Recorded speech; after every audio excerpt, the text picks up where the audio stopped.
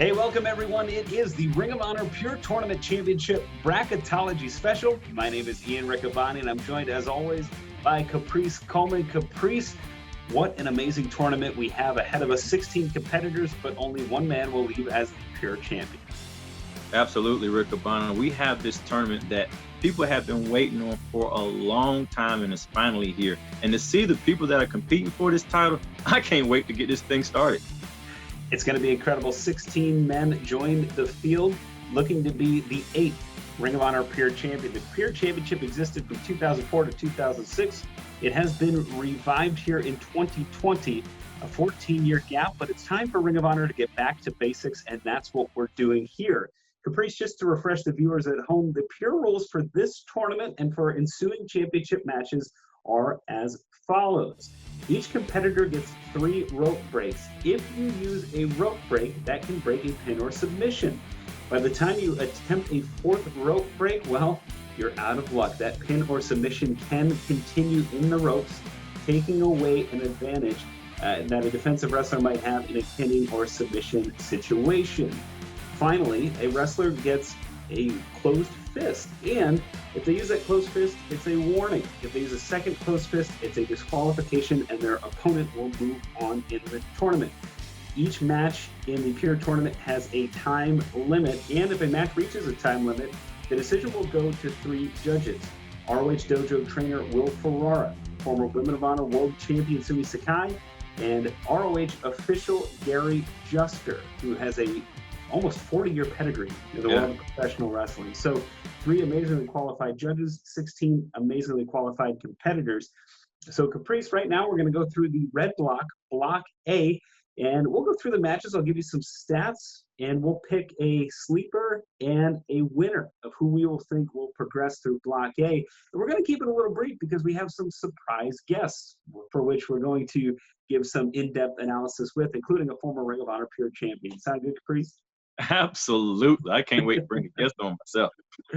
All right. Well, our first match is a doozy. It's a match that's headlined pay-per-views. It is a match that has taken place for the Ring of Honor World Championship. It's a first-round match here in the Pure tournament. It is Jay Lethal, the only man in the tournament that's held the Ring of Honor Pure Championship, going against Dalton Castle. In world title matches, these 2 men are 2-1 in single competition with the world title on the line. Jay Lethal is the man that defeated Dalton Castle for the world title. In multi-man matches, they're 3-2. So it's a pretty even series between the 2 overall.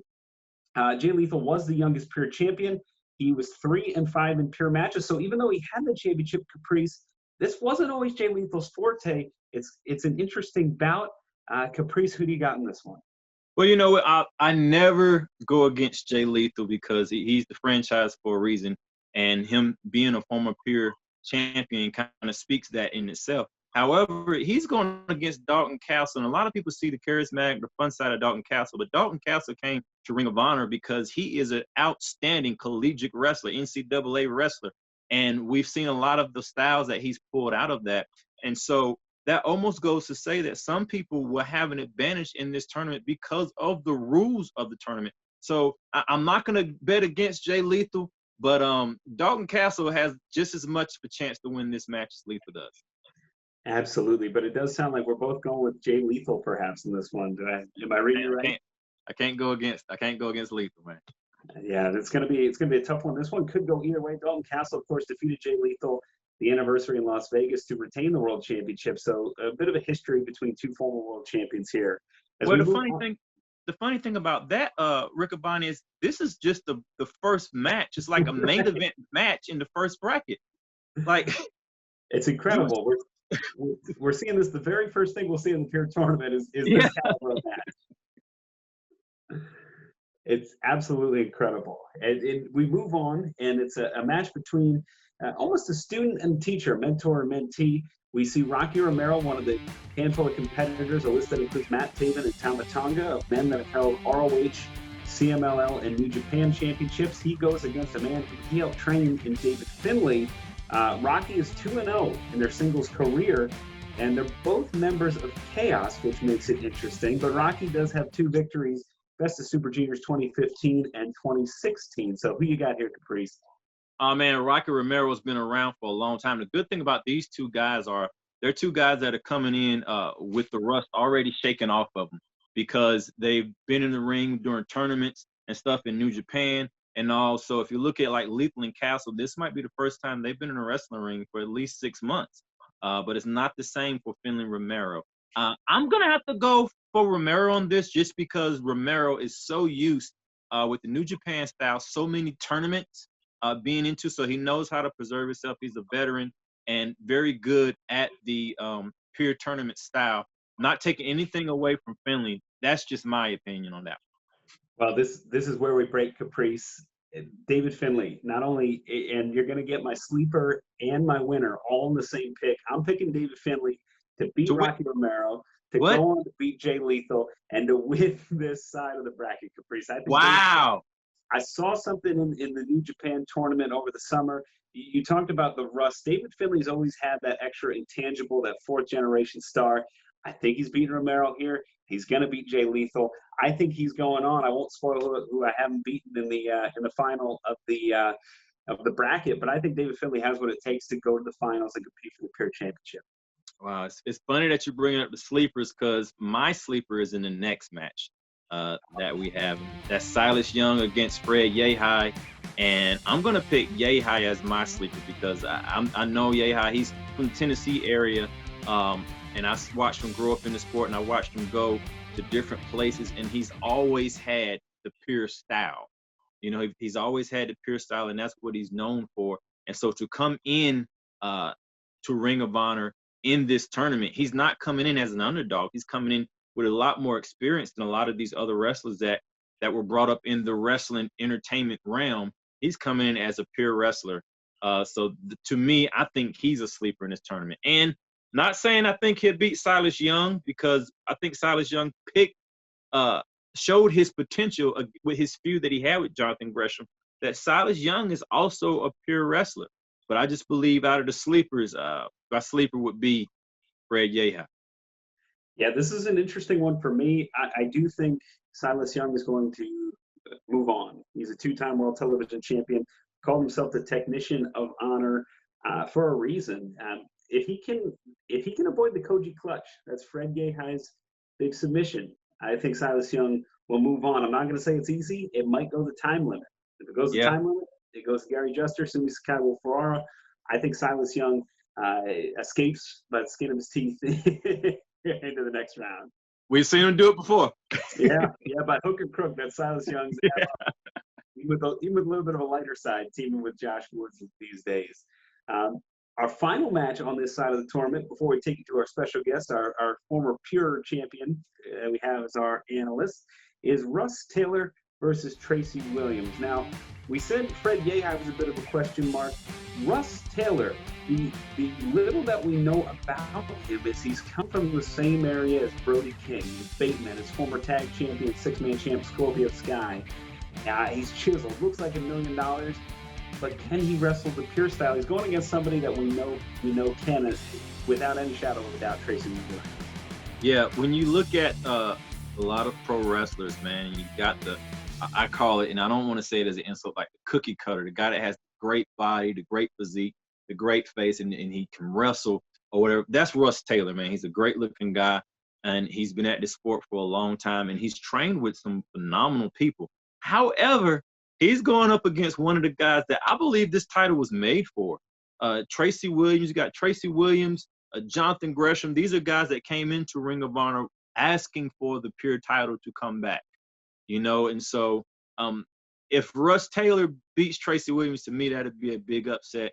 But like I said, the advantage a lot of these guys that we haven't heard of has on our roster is the fact that you can find a lot of material from guys on our roster, and you can almost study that material and say, hey, if he does this, I'm gonna do that. You can't do the same with Russ Taylor. Yeah, Russ has had some great opportunities with New Japan as of late, so his profile and his stock is on the rise. It's going to be a challenge for Tracy Williams, but I like Tracy in this match. Tracy is a bit of a chess player. You used a great analogy when we were talking offline that sometimes the best pure wrestlers just respond to whatever they are given. So, Caprice, I already told you I got Finley. I got David Finley kind of – I don't think it's a major upset, but upsetting some good wrestlers along the way, including Rocky Romero, including Jay Lethal. And then I think he's upsetting Tracy Williams. They know each other from Lifeblood. I think David Finlay's going to end up in the finals. He's my sleeper and my winner. Who do you have as your winner of this first one? I'm gonna have to disagree with you, Rick Abani. I'm stuck between two people. I definitely see Lethal going to the semifinals, but here's what I think is gonna happen. I'm looking at Fred Yehi, a person that a lot of people don't know much about, but I know personally he's a phenomenal athlete. He would have to get past Silas Young. If he gets past Silas Young, I'm thinking that Tracy Williams is going to beat Russ Taylor, that it'll be Yehi and Taylor semifinals, and Yehi knows Tracy Williams more than anybody on this roster.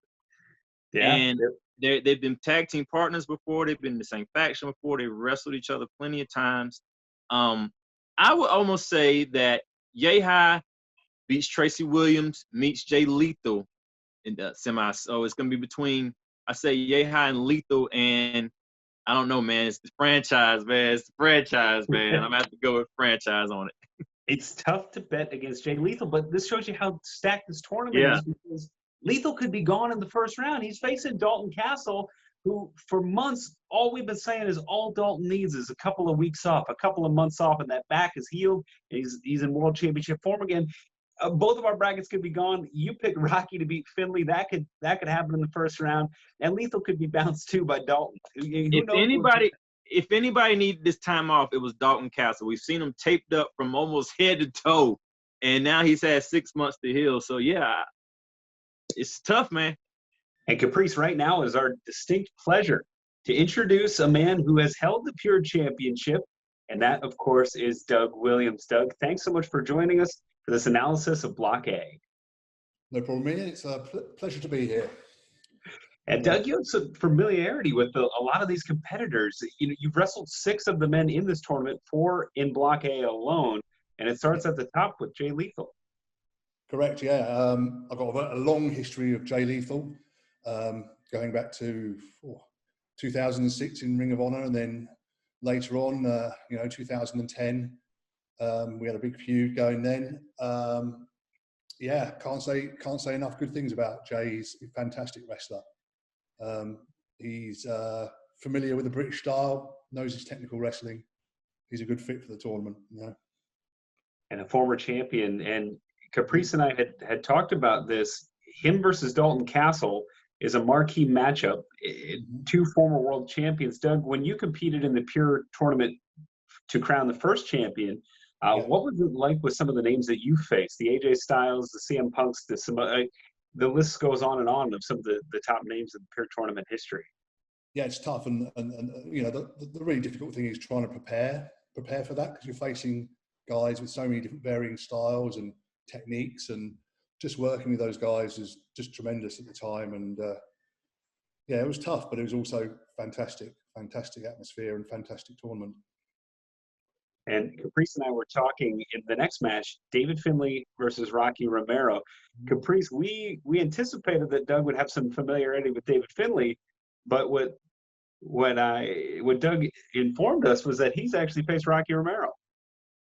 Yeah, and even with that, I can almost see that, because Rocky Romero has spent a lot of times overseas, and I believe he's very familiar with Finlay as well, especially his dad. And I think he said he helped train him a little bit, right? Yeah, he was over in Germany for a tournament, one of the tournaments there, and we did some in-ring training with him. He was very young back then. I'm sure he's exceptional now, but yeah, he was just a young lad, 15 maybe, I think, maybe 15. Oh wow, it's like my son's age. So that'll be an interesting match, actually, because you've got a clear underdog as far as I'm concerned. But then Finlay might be, I don't know how he is now, but he might be a tough competition. Well, it is funny that you say that, because he's not an underdog now. Like, he is a big shoe-in for this tournament. And it's funny how time changed, because like you said, you had him when he was 15. And he's actually come in as one of the guys that would already have the rust off of his I guess, game, because a lot of guys, they're quarantined right now. They haven't wrestled. you know, and so this would be their first match back. Like, he's been in New Japan. He's already been in a couple of tournaments. So getting the little kinks out and stuff like that is an advantage that I feel he would come in with, because there are going to be some guys that when they step into this tournament, it's the first time they've been in a ring for at least 6 months. Wow, that's going to be tough then. Yeah. Just your stamina alone is going to be holding you back. And Doug, what do you think about what's unique about the German style that might give somebody like Finley or anyone like maybe Wheeler Yuta in the other bracket who's competed at WXW a real leg up in this tournament? Well, it just keeps you a bit grounded, really, and allows you to work on those, you know, those submission techniques, and you know, just holding and wearing an opponent down. You know, it allows you to slow the match down, take control, and you know, just give yourself an advantage over the opponent, because you're keeping him down, you're keeping him out of breath, you're holding him tight, and you can work up those holds, you know. And it's low risk because of that as well. So you're not going to injure yourself, put yourself in a precarious position. You can work all over the guy. The advantage of that too is also, like you said, not hurting yourself, but preserving yourself, because, you know, there's potential in like 3 or 4 matches for the winner, you know, and so it's not just it's one match at a time, but it's trying to come out of those matches in the best condition to go into the next match, because you can win the battle and lose the war, you know, or you can win the match, you know, and then you're too hurt to do anything else for the rest of the tournament, you know. You want those quick wins in the early rounds, don't you? Yeah, absolutely. And speaking of the early rounds, the next matchup we have Fred Yehi versus Silas Young. Doug, I actually called your match against Silas Young for the Ring of Honor World Television Championship, but you had informed me that you actually have some experience against Fred Yehi. He's a bit of a question mark in this tournament. He's epitomizes an underdog. What do you like about Fred Yehi against Silas Young? Well, yeah, I wrestled Fred in WXW in 2018 as well, and you know, I think he's got a little bit less experience than Silas, so Silas may be able to play up on that. But he was a tremendous athlete, Fred. I can't take anything away from him. I beat Fred, but Silas beat me, so maybe that's a premonition for that match, you know. Yeah, I was gonna say, with a lot of these guys that we might not be familiar with, the advantage that they have is the fact that a guy like Silas Young, there's a lot of study material on, you know, and you can find the study material on Yehi, but would Silas look that up, you know, to try to find Yehi? But I know Yehi's the type person that would do that, and I'm almost thinking, like, you know, there are a lot of, I would call, sleepers in this tournament that if you sleep on, you could mess yourself up for the rest of the tournament. That's it. I think that's especially true in the next match in the block, you know. Yeah. I've never heard of, so I imagine that a lot of these guys haven't either. So he might come in there and surprise a few names. Right, Russ Taylor, who has made a name for himself on the West Coast of the United States, coming up through the same general area as Ring of Honor stars like Brody King, like Tyler Bateman, like Scorpio Sky, who's held some championships in Ring of Honor.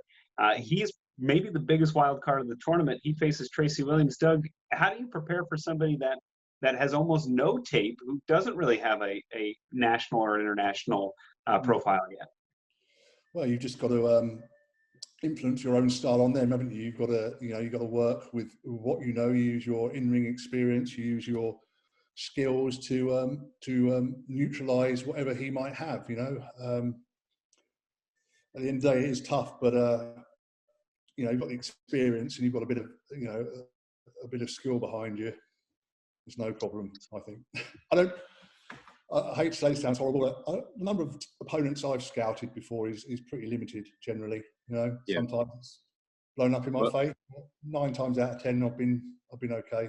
I've managed to, you know, take. Well, that speaks about your style in wrestling, and almost the pure style in wrestling, because, you know, I guess not to throw myself under the bus, but I'm the type of guy, I come in, you know, with game plan, this and that. But a pure wrestler is almost like a wrestler's chess player. They take what they have, and whatever they get in the ring is how they adjust their game plan. They don't go in, oh, I'm going to work on this leg, or I'm going to see if I could take this apart, or this right here. It's, you go in there, you wrestle, and then whatever comes up, out of that is what you go into. And so that's a huge advantage and also a privilege that I believe we will be able to watch unfold in this tournament, because this is not a tournament of who has the best finishers. You know what I mean? It's the tournament of the endurance factor in wrestling.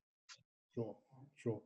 And you touched on a good point there. I think it's the ability to, to be versatile and adapt to the situation. You know, you go in there with a rough game plan. You've seen the guy backstage. You know what he looks like, what might be points. But when you get in there, something might happen, and you take advantage of that. And that's where the veterans have got the edge a little bit. You know, the younger guys might have the stamina. Yeah. But the veterans, they've got that ability to adapt and be a little bit more versatile in what they do, which for the pure tournament is a distinct advantage, I think. Absolutely. And I don't want to skip over to Block B yet, because at the end of Block A, we was talking about Russ Taylor, but we weren't talking about Tracy Williams yet, who I believe is one of the favorites. I have Jay Lethal as one of my favorites to win the tournament, and Tracy Williams is one of my favorites as well. I look at Yehi as my sleeper. Mm-hmm. You know, I think he has potential to do some great stuff. But I believe Tracy Williams, man, there's some wrestlers in this tournament that this title is made for, and I believe like Tracy Williams and Jay Lethal, and also Castle are one of those people. The only difference I have with Castle is, out of everybody in bracket A, Castle is one that he pulls a lot from his being charismatic. He pulls a lot from the crowd. Showmanship and all that, and I don't know if that would take too much to play in this tournament. How do you feel about that? Well, you know, the thing with Castle is he's got quite a distinguished amateur background, isn't he? Yes. Yeah. If he calms down on the flamboyance and uses a little bit of his amateur skills, he'll have a good shot. And he's probably, he's smart enough. I think he'll realise that, and you might see a little bit more of a serious side of him in this tournament. Good stuff. Yeah, and Doug, one last question. We talked about Tracy Williams. He reminds a lot of people of John Walters. What was it like mixing it up with John Walters in the Pure days, and defending and challenging for the Pure title? Is there any general strategy or words of wisdom you might issue any of the Pure competitors in terms of when to use the rope breaks, when to try and sneak in a closed fist, anything like that? Well, John beat me, so whatever game plan I had with him didn't work, did it? I would suggest you think long and hard about those rope breaks and use them a little bit later when you really need them, and rely more on slipping out holds or just managing to break them whatever way you can. You know, those rope breaks are invaluable, so just keep them under your belt until you really, really need them. Awesome. Well, thank you so much, Doug. And we know you'll be watching. We know you were originally announced to be a part of the tournament, and Ring of Honor is working with obviously the local government in the state of Maryland, but also the United States and the UK. And as soon as the situation gets better, we intend and hope to see you compete for the Pure Championship once again. Absolutely. I'd love to come back and have a shot at whoever wins. You know, whoever holds that belt, I'll be there chasing him down. Well, that was certainly nice. Thank you again, Doug Williams, former Ring of Honor Pure Champion, Caprice. I hope that we see Doug competing for that Pure Championship once we get things back on track with COVID, and once the world opened back up a little bit. Absolutely. There's a lot of guys that are overseas right now that chomping at the bit to come back, and I believe the Pure title is bestly going to be what they have their eyes on. It should be incredible. I know Slex is chomping at the bit as well to get his name in the hat. And there's going to be a number of challengers once we do crown a champion. Speaking of crowning a champion, let's head over to the silver block. And we have a guest analyst as well. So we'll keep this side brief as well as we kind of touch on some of the matchups here. We start off at the very top with Jonathan Gresham, who I think is a lot of pressure, Caprice. He's the man that's been banging on the drum, banging down the door to bring back the Pure Championship. A lot of the weight of this entire tournament is on his shoulders, and he takes on a man that's beaten him before, who's only 23 years old in Wheeler Yuta. You know what? When I think of Yuta, it's almost like I'm thinking of a younger Gresham, like what Gresham used to be like before he came to Ring of Honor. And Gresham was a phenomenal wrestler when he came to Ring of Honor. What's changed him is his style, maybe adapting into the Ring of Honor style. Yuta is who he is, you know. So to come in to sleep on Yuta, someone that's already beat him, it's scary to face somebody there, because I remember a pulpit that I had with Jonathan Gresham, and we was kind of going back and forth, but his main thing was the reason why he was losing matches is because nobody's wrestling anymore. He said if the rules were set up as a pure titles rules, he would be unbeatable. I believe him, but here's where he's going to have to put the pedal to the metal and prove himself, because this tournament was almost made because of him. Absolutely. He's the one that says he's the foundation. He's the one that says pure wrestling is the style. Ring of Honor's going back to basics. It's got to weigh heavy on him, and he's got to deliver. So Gresham versus Yuta. Oh, I'm tempted to take Wheeler Yuta here, Caprice. I'm not going to go against Gresham. Honestly, I see Gresham going really far in this tournament just because I believe he can back it up. But my thing is this. With Gresham's weakness is we've seen Gresham knocked out before. We've seen Gresham injured before. I believe Gresham can win the matches, but can he win matches back to back? Gresham is one that he doesn't recover well. You know, when he's hurt, and that's why he's got this style to where he can tie guys up and beat them. Doesn't have like significant finishers that he uses. He gets what he has. And so my thing is, how long will he last in this tournament? Health-wise, him and Dalton Castle are the only ones health-wise that I worry about, that I feel can win the whole thing, but might be a little not injury-prone, but susceptible to injuries. Yeah, and we'd be remiss if we didn't bring up the fact that Jonathan Gresham and Jay Lethal are the World Tag Team Champions. Much of Jonathan Gresham's focus from about June of 2019 to present has been tag team wrestling. It's two different mindsets. You know it well, Caprice. You and Cedric competed for the tag titles. You've competed for the TV title. It's got to be different game plans and a different way of thinking. Absolutely. And what you're bringing that up, even the cardio is totally different, because you go from a tag team to a stop-and-go type hit cardio, a high-interval intensity training cardio, to when you're wrestling singles is more of a straight endurance, to where you're running the miles and all that, where it's a non-stop type thing. And those are two different cardio sets. It's almost like a football player and a basketball player, where in football you is break and you go boom and it's over in 30 seconds. When in basketball, you're running back and forth the whole time. Two totally different cardios. Yeah, it'll be interesting to see who emerges there. And that's quite a matchup for week one on Ring of Honor television. I'm looking forward to it. I like Yuta here. I think maybe I'm the guy who, when he fills out his NCAA tournament bracket, I always pick the 16 seed. So maybe I'm the eternal optimist here. I like the underdog story. I like Yuta too. He's from Philly. He's a Philly guy. We'll get to another guy that I'm a homer for because he's from my neck of the woods as well at the other end of the bracket. But you know what? I got to go with Gresham. I think Yuta could do it, though. I think Yuta, under the right circumstances, I think Lightning could strike twice. I think Yuta could go on. But my official pick is Gresham here. Can I say this, that I agree with you, but there's some guys in this bracket that if they don't win the tournament, I still see them down the line being pure wrestling champions. And one of them could be in this next match.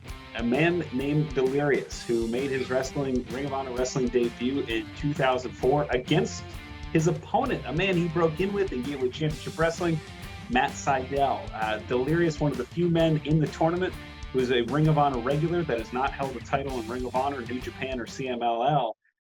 Matt Sydal, on the other hand, former Ring of Honor Tag Team Champion, former IWGP Junior Tag Team Champion.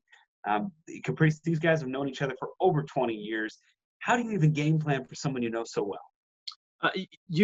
That right there, my game plan would be to change up enough to where I am not familiar with a person that I'm very familiar with, because these guys know each other's weaknesses and strengths and all that. If I was that type of person, I would the things that I was known to be weak for, I would try to strengthen those up. The moves that I was known to go into. If you look at somebody's match from 10 years ago, a lot of them have the same moves that they go from this move to that move, the same transitions once they get their ball rolling, you know what I mean? And so I would be the type person to say, well, you know what? If my ball gets rolling, I'm going to switch it this way and switch it that way because he expects me to do this. I'm going to do that. And also we're facing a different Delirious. We've seen Delirious come out with these videos where we know Delirious as an entertainer now, but he's taking a lot more serious approach, and I think he's putting on some weight too. Yeah, I think with Delirious, I think there's a realization where I think every wrestler, every commentator, everybody realizes that the window closes. And if you don't act now and if you don't give your best shot and your opportunities, that window might slam shut. And this might be Delirious's last opportunity to compete for a championship here in Ring of Honor. That's why I'm picking Delirious. I think Delirious is moving on the second round. How about you, Caprice? I agree with you there. I picked Delirious, and here's the reason why. We've seen Matt Sydal come in and out of Ring of Honor. Delirious has been here since he's been here. And it's almost as if it's like, hey, you know, you're not going to come in and pick your tournaments to jump into. You jump into the TV title tournament, you jump into the tag team tournaments, and now you're going to come here, jump into the peer tournament to try to win a belt when you're not here. I've been here for a long time. I've helped in the dojo. I've done all this work. I want to get my prize. And so that's, I believe, the take that Delirious is going to have on this. Plus, I think to your point, Caprice, he might be the most unpredictable wrestler, which I think bodes well in this tournament. Absolutely. And so we go from two men that know each other extremely well to two men that have only faced each other once. And that is Kenny King and Josh the Goods Woods. Again, the point that we made with Gresham, I think, applies here to Woods, and that Woods was so good with Silas Young, 7-0 as a tag team before they challenged Gresham and Mika for the tag titles. So this is a man who's been focused. Kenny King holds the advantage, 1-0. It was for the World Television Championship in their head-to-head meetings. I think this tournament, much like Jonathan Gresham, was made for a guy like Woods who could do the submission wrestling in the mat style. But I think Kenny King's, a little bit too versatile. It wouldn't shock me if Kenny King defeated Josh Woods here. Yeah, I'm definitely I'm always a Kenny King guy just because he's one of my great friends. However, I would say this: Josh Woods is one of the guys this tournament was made for. When he started teaming up with Silas Young didn't have to teach him any wrestling. You know, when Woods came to Ring of Honor, he had a huge MMA background, a huge collegiate background that he's still very active in. Silas Young kind of taught him the ropes, you know, because Woods came from the circle.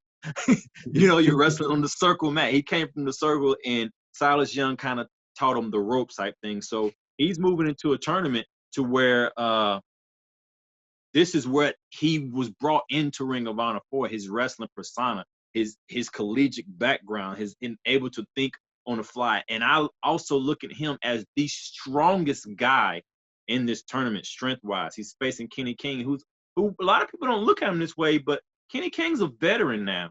Kenny King has seen it all.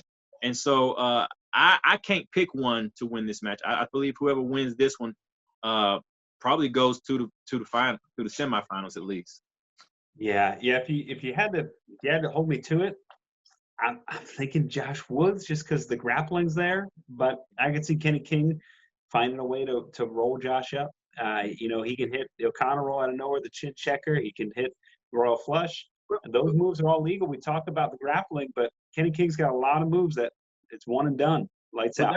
That's the scary part, Riccaboni. This is not for me, this is not a move of finishers, because a lot of these pure wrestlers, they come in, like I said, they come in to play chess.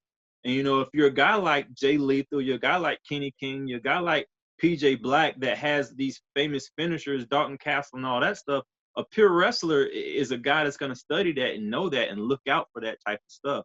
And so I believe, you know, the guys that have, I guess, signature moves, it would almost put you at a disadvantage, because those signature moves as a pure wrestler would be the things that the pure wrestler would definitely want to avoid and plan for.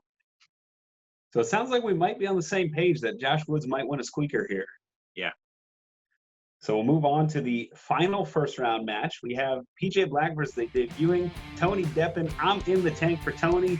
We talked about this, Caprice. I'm from Allentown. Tony's from Shamokin. Shamokin, they're blue collar. They're up in the coal mines. They're up in the slate mines.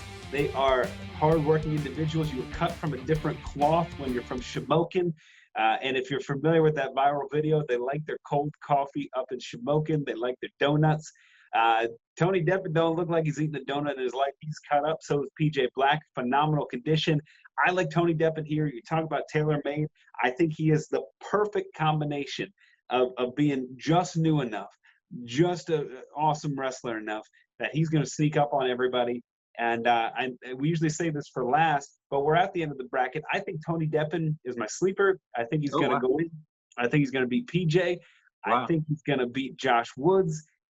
And I could see him beating Jonathan Gresham. I don't know if I'm ready to go that far, but I got Tony Deppen. Yeah, I got Tony Deppen, Jonathan Gresham in the finals of this bracket as I'm looking at it now. But he might not beat PJ Black, Caprice. You've wrestled PJ all over the world, including Qatar. Who do you got in this one? You know what? I'm going to have to go with PJ Black simply because I believe PJ Black is the most versatile athlete in this tournament. He's a hybrid wrestler. He's been wrestling since he was 14. Everybody knows him as the high flyer, doing the risk taker type thing. But, you know, he was able to do that because he has a great foundation. And I believe he uses that foundation to try to get past Deppen. The only thing is, I feel if he comes in there with all the glitz and glams that we're used to seeing with PJ Black, then you're right. I believe Deppen pull one on him because of the familiarity that I was talking about. But I believe PJ Black is one that, like I said, he has so much on his pedigree, and we haven't seen the best of him yet. He continues to get better.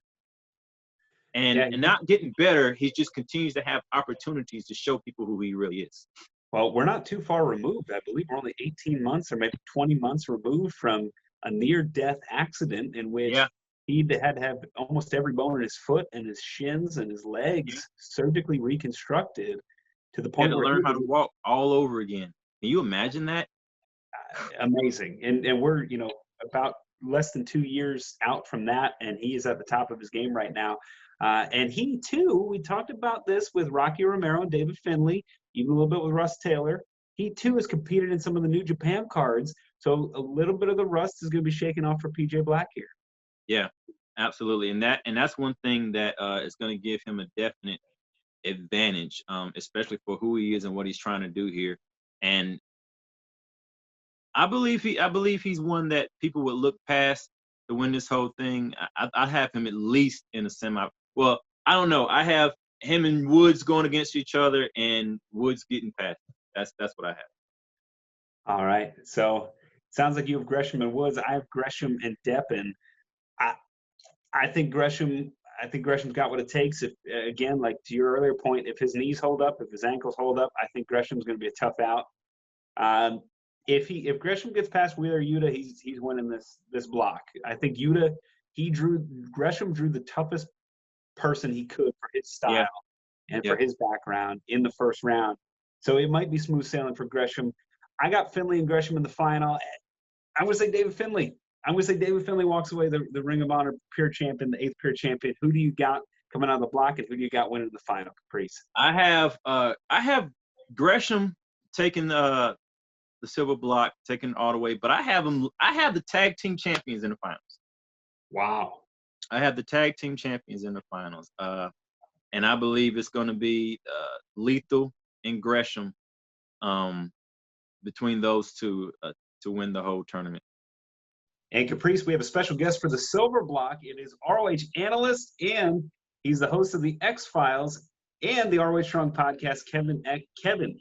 This block is loaded just like the red block is, and we start off with a young competitor that a lot of people have been wanting to see in Ring of Honor over the last couple of years, the Dakota Wheeler Yuta, but drawing the man who personally championed wanting the title to come back to Ring of Honor, Jonathan Gresham.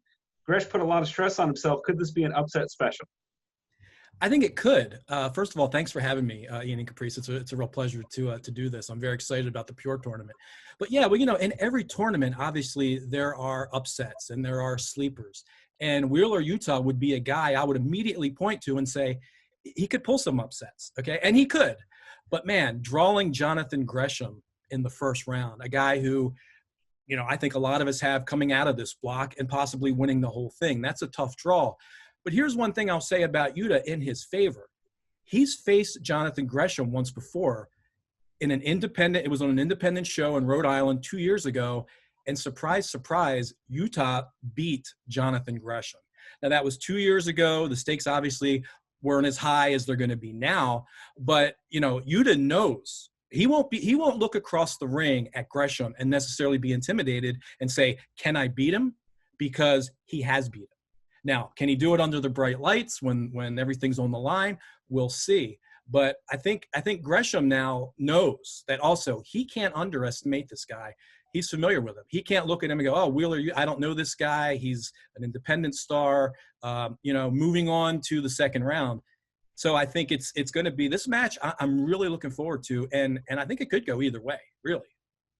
Certainly has the potential to do so. And Caprice, the next match, Delirious versus Matt Sydal. They both broke in the St. Louis area 16 years ago, just a little over 16 years ago. They faced each other for the first time in Ring of Honor. Caprice, this one had your attention. What's special about Delirious versus Matt Sydal? And then Kevin, talk us through the longstanding rivalry.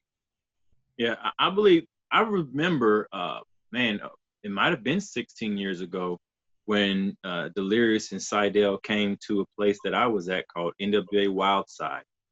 And it was the first time that I saw these guys and they wrestled each other. And I remember being in the back and so many people just gathering around the monitor because these guys were ahead of their time, and we've both seen how their career has skyrocketed past those, 14, 15 years ago to where they're household names now. And even being household names, they've continued to be rivals. And so this is the first time they've met in years, but the rival is still the same. And I believe they're going to have to maybe whoever wins puts that win in the back pocket to skyrocket through the rest of the tournament.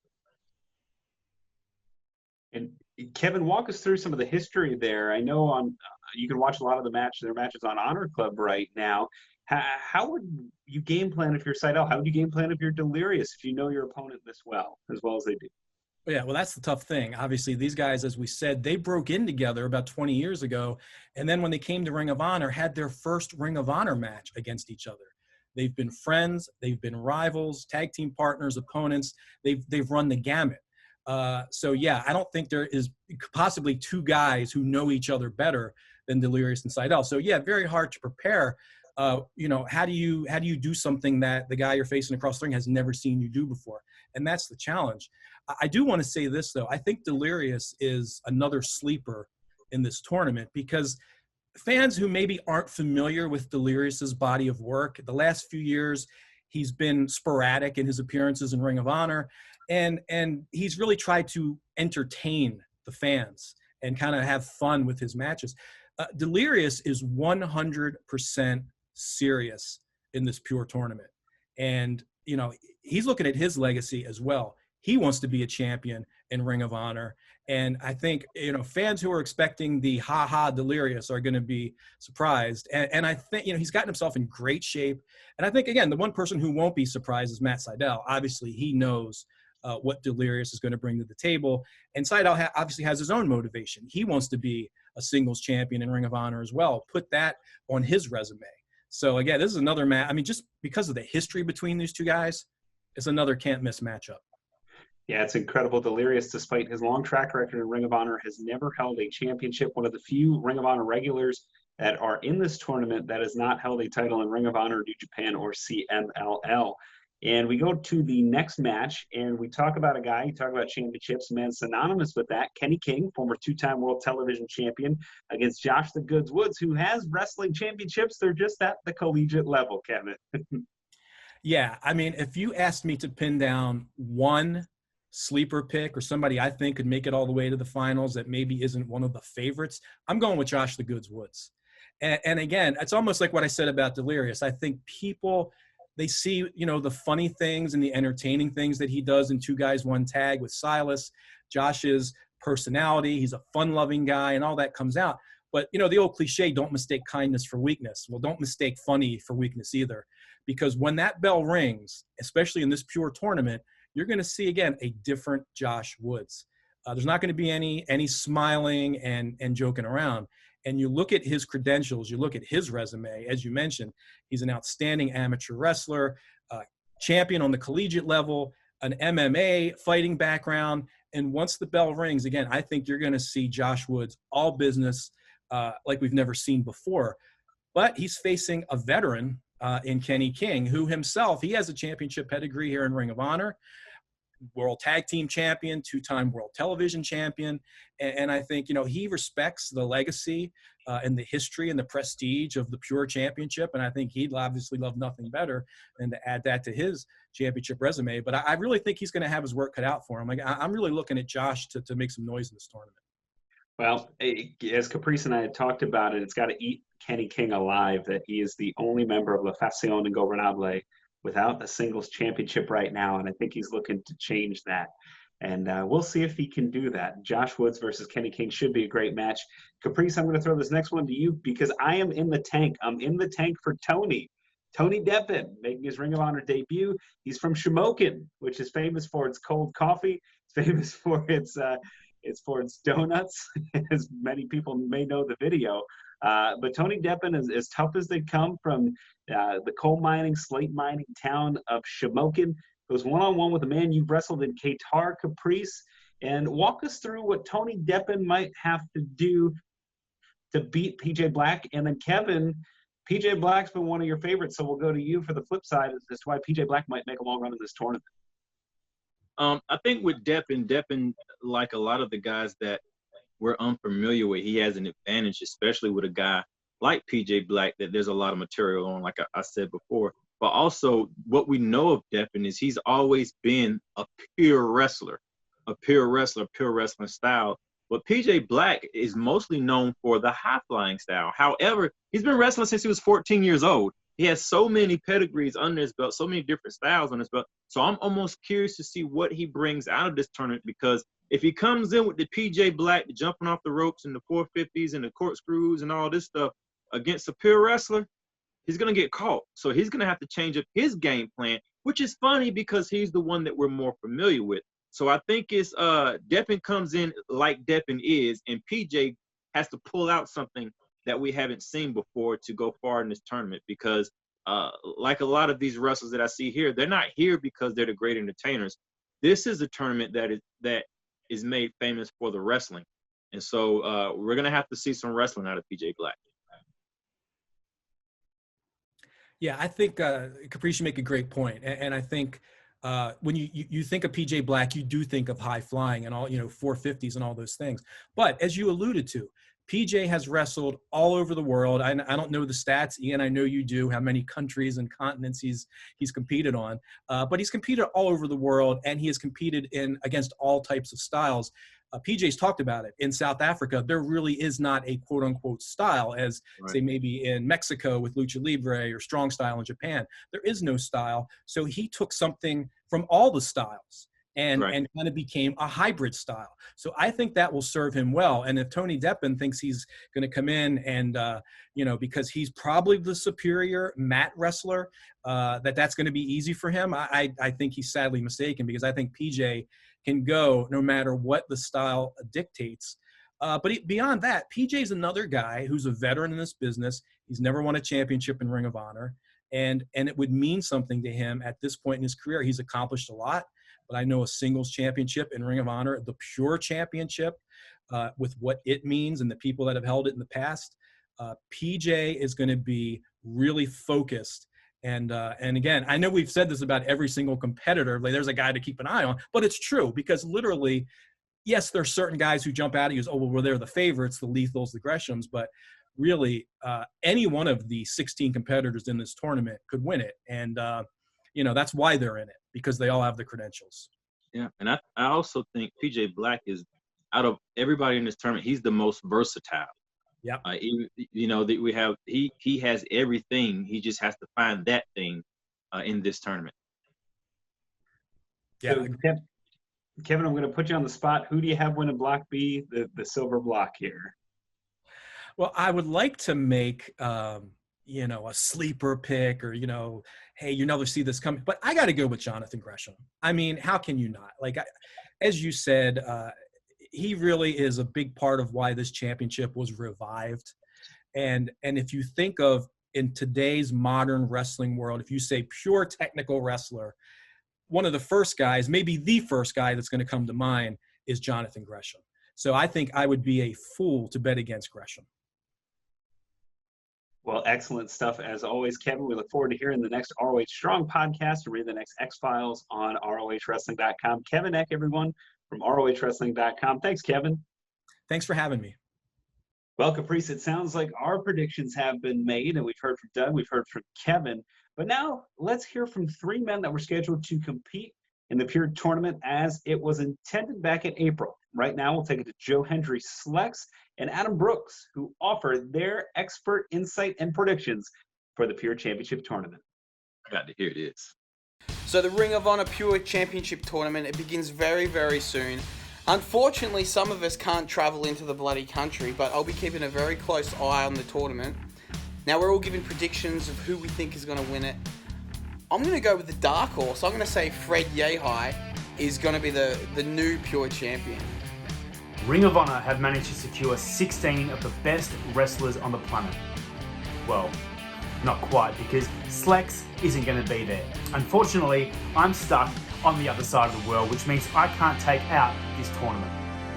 So congratulations to the rest of the competitors. You now have a chance to win. Ring of Honor, you've asked me for my prediction, and I can look no further than the foundation of Jonathan Gresham. You see, what the business respects about Jonathan Gresham is that we both share the same core values. Values which made me fall in love with professional wrestling. Tradition, respect, passion, hard work, and the commitment to the greatest sport in the world. Jonathan Gresham, you are worthy of that Ring of Honor Pure Championship. That is, until the business returns to take it from you. This is the prestigious one, Joe Hendry here, and let's talk about the Ring of Honor Pure Championship title tournament. Tournaments are exciting because anyone can win on any given day. We've got new faces, we've got old legends returning, and where I'm going to put my money, the technical wrestlers. That's what this tournament is all about for me. So I'm talking about the favourites are Jonathan Gresham, Dalton Castle. He's a big character, but people forget he is fantastic with technical wrestling. Tracy Williams. You've got Jay Lethal, who is the franchise, adaptable to any situation. My sleeper for the tournament is going to be Josh the Goods Woods because of his phenomenal amateur wrestling background, his national titles, but also his skills in Brazilian Jiu-Jitsu and mixed martial arts. In my mind, if Dalton Castle can get past the franchise Jay Lethal, he can go all the way. But I'm going to have to give some credit to Jonathan Gresham. I've wrestled him, one of the best in the world. I think we're looking at a Castle-Gresham final. And I will say this, as a two-time British Amateur Wrestling Champion in both freestyle and Greco, black belt in judo and Team Scotland 2018 member, the prestigious one will be waiting in the wings for the victor. Good luck. Well, thank you, Joe, Slex, Adam, for your expert insight and analysis. We hope to see you, Doug Williams, and our other international stars being able to compete in Ring of Honor rings and hopefully for the Pure Championship soon. And I'm getting word, Caprice, that we have another expert on the line. Are you getting the same message, Caprice? I'm getting somebody trying to come in. Yeah. I don't know who it is. It's okay. All right, we'll go there now. What's the story, Ring of Honor fans? As we all know, the Pure Tournament is coming back on your screens shortly. Don't know when, probably soon. But anyway, I've taken it amongst myself to do a nice scientific breakdown of what I think the session what Martina thinks is going to happen. Scientifically proven by me and mathematically accurate by me. So here we have who I think are the best four that are going to go into it. So the only four people that I think are sound. So here we have, let me see, we have Jonathan Gresham, we have Tony Deppen, Kenny King, and Matt Sydal.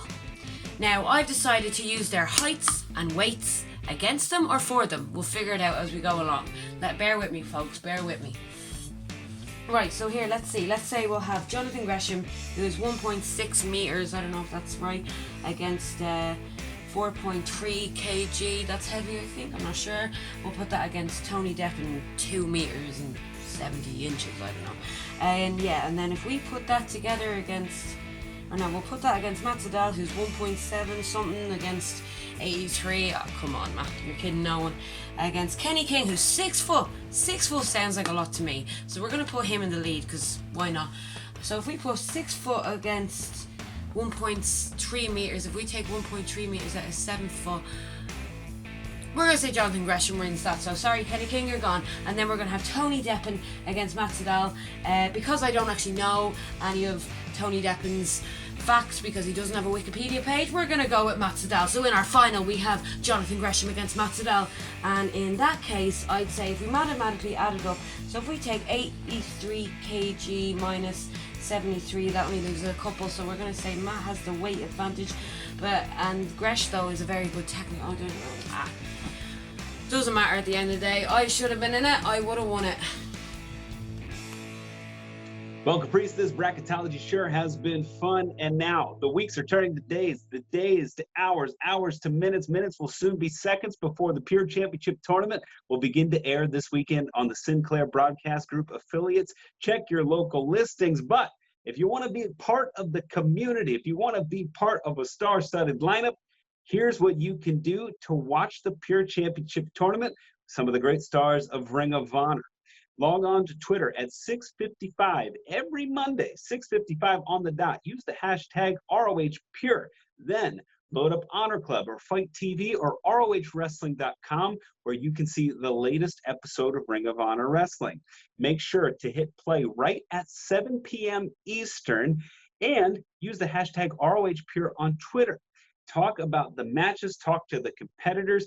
Week by week, you will see and hear from some of the great stars from all around the globe from Ring of Honor, who are providing their thoughts and insights on the Pure Tournament. Caprice, I have David Finley going all the way. Have you decided yet between Lethal and Gresham, or are you just keeping that one in your pocket? Well, you know what?